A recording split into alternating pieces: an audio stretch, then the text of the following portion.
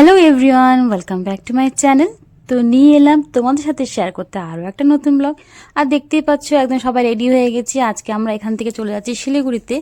আর গুনগুনের তো স্পোর্টসের জন্যই এসেছিলাম অ্যাকচুয়ালি, নাহলে ওর শরীরটা যেভাবে খারাপ ছিল, ডাক্তার দেখিয়ে 5-6 দিন পর আমাদেরকে আবার ভিজিট করতে বলেছিল ডাক্তার, কিন্তু আমরা তখন আর যাইনি, যেহেতু ওর ওষুধ খেয়ে একটু বেটার ফিল করছিল বলে ওকে আমরা স্পোর্টসটা অ্যাটেন্ড করালাম। তারপরে এই যে স্পোর্টস খতম, ওকে এখন আমরা নিয়ে চলে যাচ্ছি আবার শিলিগুড়িতে, যেহেতু ওকে একটুখানি আবার ট্রিটমেন্ট করাতে হবে, দেখাতে হবে ডাক্তারকে ফাইনালি যে এখনও ঠিক আছে কিনা, কারণ টনসিলটা যে হয়েছিল ওটা কমলো কিনা ডাক্তার সেটা ভালো বুঝতে পারবে। সেই জন্য কিন্তু এখানে দেখো সময় আমরা রেডি ফেডি চলে যাচ্ছি, আর দিন থাকতে থাকতে বেরোচ্ছি, কারণ এখন শীতের টাইমে এই চটজলদি কিন্তু সন্ধ্যা নেমে যায় আর ঠান্ডা লাগানো যাবে না গুনগুনকে। সেই জন্য দেখতেই পারছো বাইরে কিন্তু প্রচণ্ড রোদ রয়েছে। আমরা কিন্তু দুপুর নাগাদতেই প্রায় বেরিয়ে গেছিলাম, দুপুরের পরপরই, মানে আলো থাকতে থাকতেই ঢুকবো ওই টার্গেটে বেরিয়েছিলাম আমরা। আর এখানে দেখো আমরা ভিডিও করছিলাম বলে গুনগুন কেমন করে একটুখানি মুখ, ওকে বলছিলাম যে একটু ভালো করে তাকা, ও ইচ্ছা করে মুখ বেঁকিয়ে বেঁকিয়ে তাকাচ্ছিল।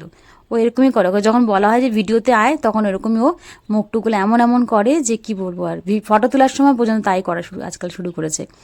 তো এখানে দেখো টিকিটের লাইনে দাঁড়িয়ে পড়েছি, আর সবসময় তো জানোই যে টিকিটের লাইন কিন্তু আমাদের এখানে হয়। আর মা টিকিট কাটতে চলেও গেছে। আর এই দেখো চিপস নিয়ে এসেছিল দিদিরা, তো এই চিপসটাই কিন্তু আমরা এখন খাচ্ছি বসে বসে। এখানে চিপস খাচ্ছে দিয়া, মানে গুনগুনের দিয়া আর গুনগুন। আর আমরা এমনি হাসাহাসি করছিলাম যে তোরাই কি খাবি, আমাদের কি দিবি না, তো সেটার জন্য এখানে মা হাসাহাসি করছিল। আর এই যে এমন একটা সিটে বসেছি আর কি, পুরো রোদটাই কিন্তু মানে আমাদের লেগেছে, মানে যতক্ষণ না নেমেছি গাড়ি থেকে সারা রাস্তা বলতে গেলে রোদে এরকম তেপে তেপেই গেছি। তবে শীত বলে অতটাও কষ্ট হয়নি, রোদটা অ্যাডজাস্ট হয়ে গেছে। কিন্তু যদি গরমকাল হতো তাহলে তো প্রচণ্ড কষ্ট হতো। তবে দেখো এখানে গুনগুন ঘুমিয়েও পড়েছে, প্রথমে তো বসেই ছিল, তারপর পরে কিন্তু ঘুমিয়ে পড়েছিল। তো ওকে মা কোলে নিয়ে নিয়েছে তার জন্য। তো বাড়িতে এসে তারপর ফ্রেশ ট্রেশ হলাম, অনেক কিছু কিন্তু কাজকর্ম ছিল। তারপরে বিকেলে খেয়েছিলাম, আমাকে খিদে খেতে পাচ্ছিল, তো বিকেলে দেখো ডিম টোস্ট বানিয়ে নিয়েছি। এরকম কিন্তু পাউরুটির সঙ্গে ডিম দিয়ে কিন্তু ভাজা করলে বেশ ভালো লাগে খেতে।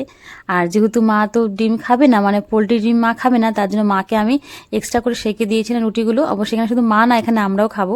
কফি দিয়ে কিন্তু আবার একটু এরকম ব্রেড খেতেই ভালো লাগে, ডিম টোস্টের সাথে কফিটা খুব একটা ভালো লাগে না। আর আমরা কিন্তু পরে রাতে আর কিছু খাইনি, গুনগুনকে ভাত করে দেওয়া হয়েছিল শুধু, কেন ওগুলো খেয়ে আমাদের পেট অলরেডি মোটামুটি জাম হয়ে গেছিলো, তার জন্য রাতে আর কিছু খাওয়া হয়নি। তারপর একবারে সকালেই দেখো অল্প করে ছোলা মটর ভিজে রেখে দিয়েছেন রাত্রিবেলায়, যে পরের দিন ছোলার ঘুগনি করবো, সরি মটরের ঘুগনি করবো। তো এই যে ঘুগনি, পরোটা আর সাথে রয়েছে আচার। আর যে থালাটা দেখতে পাচ্ছ এটা কিন্তু মেঘনা নাম লেখা আছে, দেখতেই পেলে। এটা হচ্ছে গুনগুনের অন্নপ্রাশনের থালা, যেটা আমরা দিয়েছিলাম। তো এই থালায় কিন্তু গুনগুনই খায়।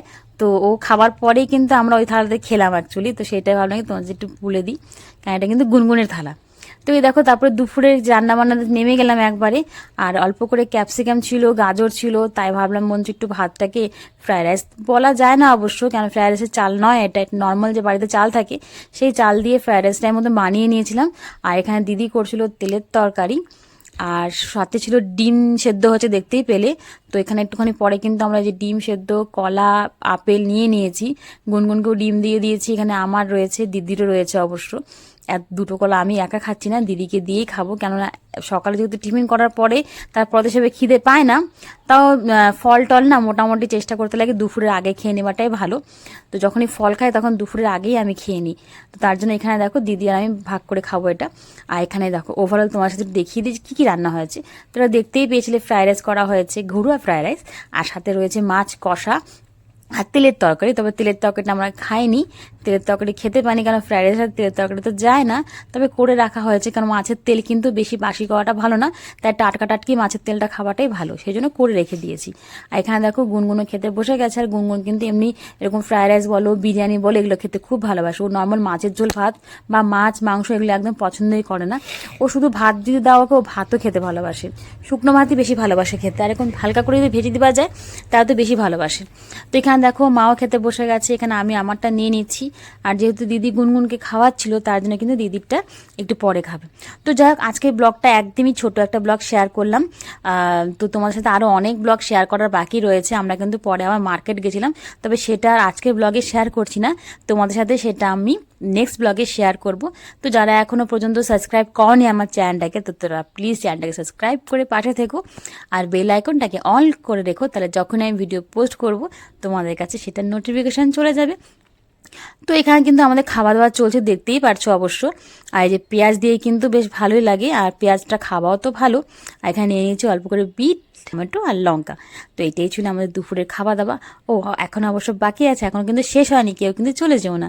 তো রাতে আমরা করেছিলাম এই যে দেখো, রাতে অল্প করে মেথি শাক ভাজা করে রেখেছিলাম দিনের বেলাতেই। তো মেথি শাকের মধ্যে কিন্তু আমরা একটা আলু সেদ্ধ করে মিশিয়ে সেই মেথি শাকটা দিয়ে আমরা করেছিলাম পরোটা। তো সেটা আর তোমাদের সাথে দুপুরে শেয়ার করতে পারিনি মেথি শাকটা। তো আমি পরে একবারে বিকেলেই, যেহেতু রান্না বান্না শেয়ার করছি, বিকেলে কি খাওয়া দাওয়া করলাম তার জন্য আমি বিকেলে এটা দিয়ে দিচ্ছি একবারে। তো মেথি শাকের পরোটা খাওয়া হবে রাতে। তো সেই জন্য দেখো এখানটায় মেথি শাকটাকে সুন্দর করে আগেই ভেজে রেখেছিলাম, কারণ একটু টাইম লাগে মেথি শাকটা ভাজা করতে, সেই জন্য কিন্তু আগের থেকে ভাজা টাজা করে রেখে দিয়েছিলাম।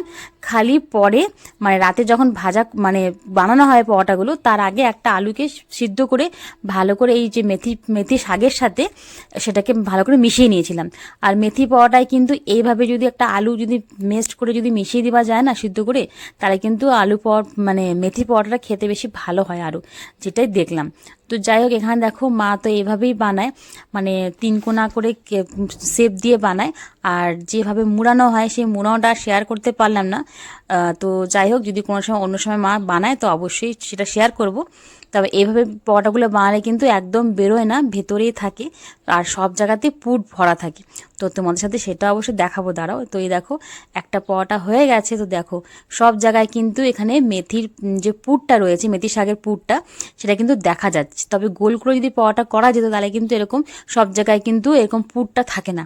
সেই জন্যই কিন্তু এইভাবেই আমরা সবসময় আলু ভরে পরোটা করলে এভাবে করি, বা যে কোনো ভরে পরোটা করলে এইভাবেই করি। ব্লগটা আমি এখানে রাখছি, কেমন লাগলো অবশ্যই জানিও। সবাই ভালো থেকো, সুস্থ থেকো।